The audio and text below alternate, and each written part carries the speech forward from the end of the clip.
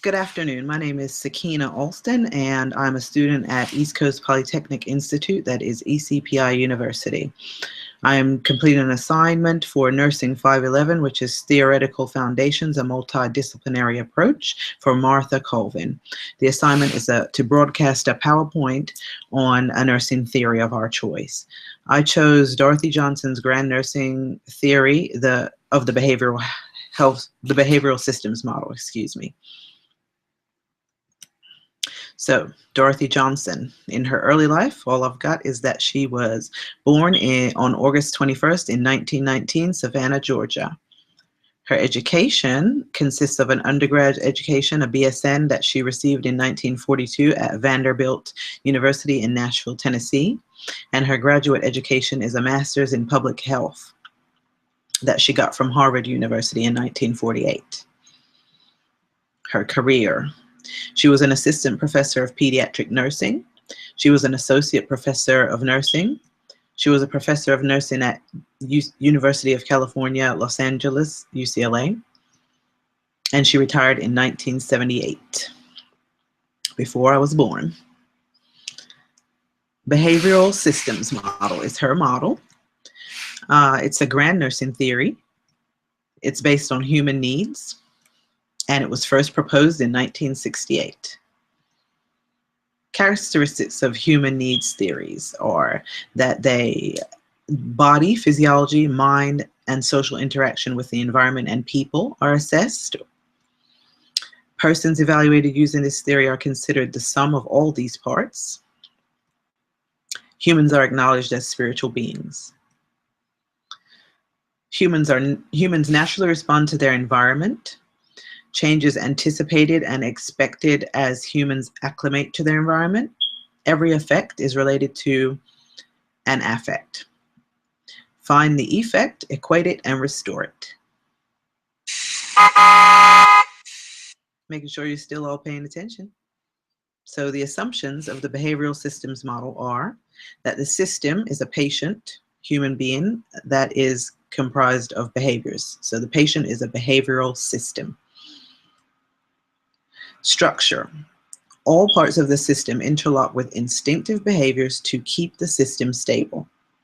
So the structure is comprised of behaviors that are natural and instinctive that the person exhibits, and they exhibit these behaviors to maintain the stability of the system, to keep the system intact.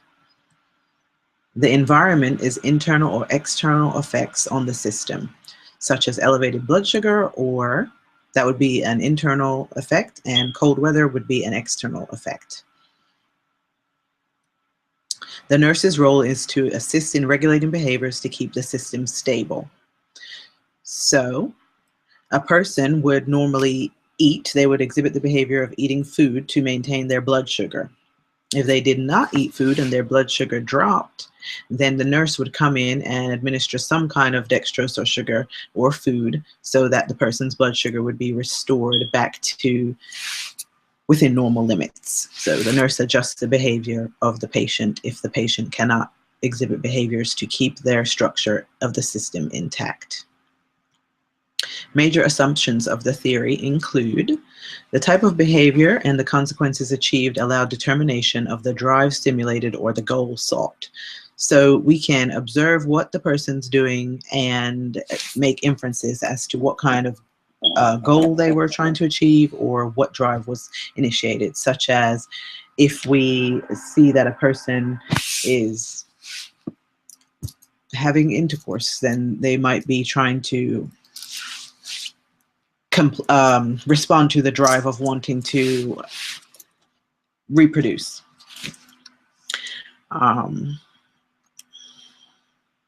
Each individual person has a predisposition to act within reference to the goal in certain ways rather than other ways. This predisposition is called a set. So we have individualized sets of behaviors that we use to respond to certain stressors to the structure of the system or to achieve certain kind of goals, but our behaviors are individual. So the way that I might decrease my hunger might be different than the way that you might decrease your hunger. Each subsystem has a repertoire of choices called a scope of action. So there's different ranges of actions that would still fit under the same behavior to fill a certain goal within a subsystem, such as if you are hungry, you might go and eat a Thanksgiving dinner, or you may eat a Cliff Bar. That's the range of behavior. That's still a function of the same subset, which is the ingestion subset we'll talk a little bit about later. So the individual patient's behavior produces an outcome that can be observed.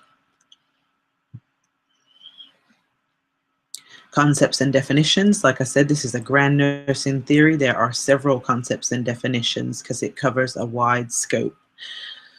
So I'm just not going to go over every single last one of them because I'm sure that you can read and you can refer to these slides in the future.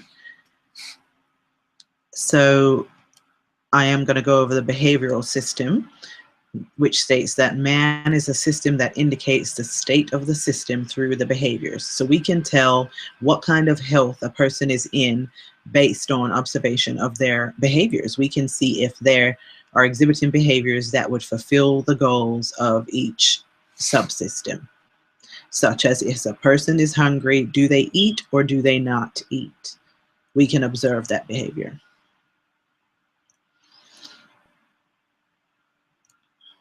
More concepts and definitions. These are probably important. They are important, they're not probably important. So stability is the balance or steady state in maintaining balance of behavior within an acceptable range. I just described that previously. Stressor is a stimulus from the internal or external world that results in stress or instability, such as if the temperature was to drop considerably, then that would be a stressor, and it could cause the system to be unstable because it might not be able to keep up normal body temperature that would be acceptable for a healthy state. So the structure is the parts of the system that make up the whole, and they, encompass the mind, body, soul, physiological aspects, social interaction, culture. All of those parts go together to make this structure. So which is the system. Together they're the system. The system is that which functions as a whole by virtue of the organized, independent interaction of its parts. So each part of the system, such as the ingestion system, which is a subsystem, if a person did not eat, then they may experience, if a diabetic person did not eat, they may experience very low blood sugar, which might make them cold, which would make their temperature be not sufficient for health, or they could have a seizure, so then they would not have neurological function. So each part affects another part of the system, and they all work together to make up the whole of the system.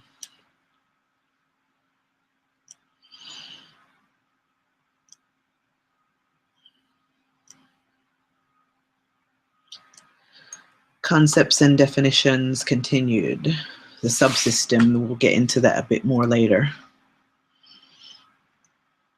Here are the 7 subsystems. There's attachment and affiliative. There is dependency subsystem, the eliminative subsystem, sexual subsystem, which I referenced earlier, aggressive subsystem, and the achievement system. Now the ingestive subsystem I will use to provide an example of how this behavioral systems model works in practice later on. Scientific basis. This is a deductive model because it starts with a generalized theory, grand nursing theory, but it's about behavior, and then it gets more and more specific. You observe a behavior, and then you manipulate the behavior and see how manipulation of those behaviors affects the broadest concept of behavior in general. So the science that the theorists borrowed ideas from is the social science, such as Maslow. Behaviors must meet basic human needs physiologically and protectively and spiritually. That is the same concepts that Maslow based his work upon. So the impact on research, education, and practice. This model utilizes quantitative data to measure problems and implementations and outcomes, such as in the low blood sugar. You could check a blood sugar, see that it's low, that's measurable, then you feed somebody and then recheck the blood sugar, that's outcomes. So this model is supportive of evidence-based nursing practice, and it has its origins in positivism. UCLA Neuropsychiatric Institute and Hospital utilizes the behavior systems model to guide autonomous nursing practice in all of its units. Subsystems can be used to make nursing diagnoses, intervene, and evaluate. Promote or evaluate safe quality practice. So it can be applied to the clinical setting to patients of all demographics, bio, psych, social, and cultural compass. It covers everything that we would be concerned with as nurses and in our clinical practice. An example of this is that if a patient is vomiting, they cannot exhibit behaviors of the ingestive system. That's one of the 7 subsystems. The nurse can manipulate the environment to facilitate behaviors of the patient so that he or she can fulfill the required behaviors of the ingestive system. Maybe the nurse can administer some Zofran or give some ginger ale so that the person would be able to fulfill the requirements of the digestive system, which is nutrition. Maybe the nurse could place an advanced central line so that the person could get nutrition venously. Then the nurse can evaluate if the intervention stabilizes the system. She could check labs and see if the fluid and electrolytes were in, a healthy range, stabilized by the manipulation of the behaviors that the nurse has promoted. So in summary, the model facilitates efficient and effective behaviors to promote, maintain, and restore health. Function behaviors, which are functions, of each system should protect, provide, and stimulate. Instability to the system requires nursing to promote behaviors that will restore stability. That's pretty much it. Do you have any questions? Thank you for listening to my broadcast on the behavioral systems model. Here are some references that I gathered my information from, and have a great day.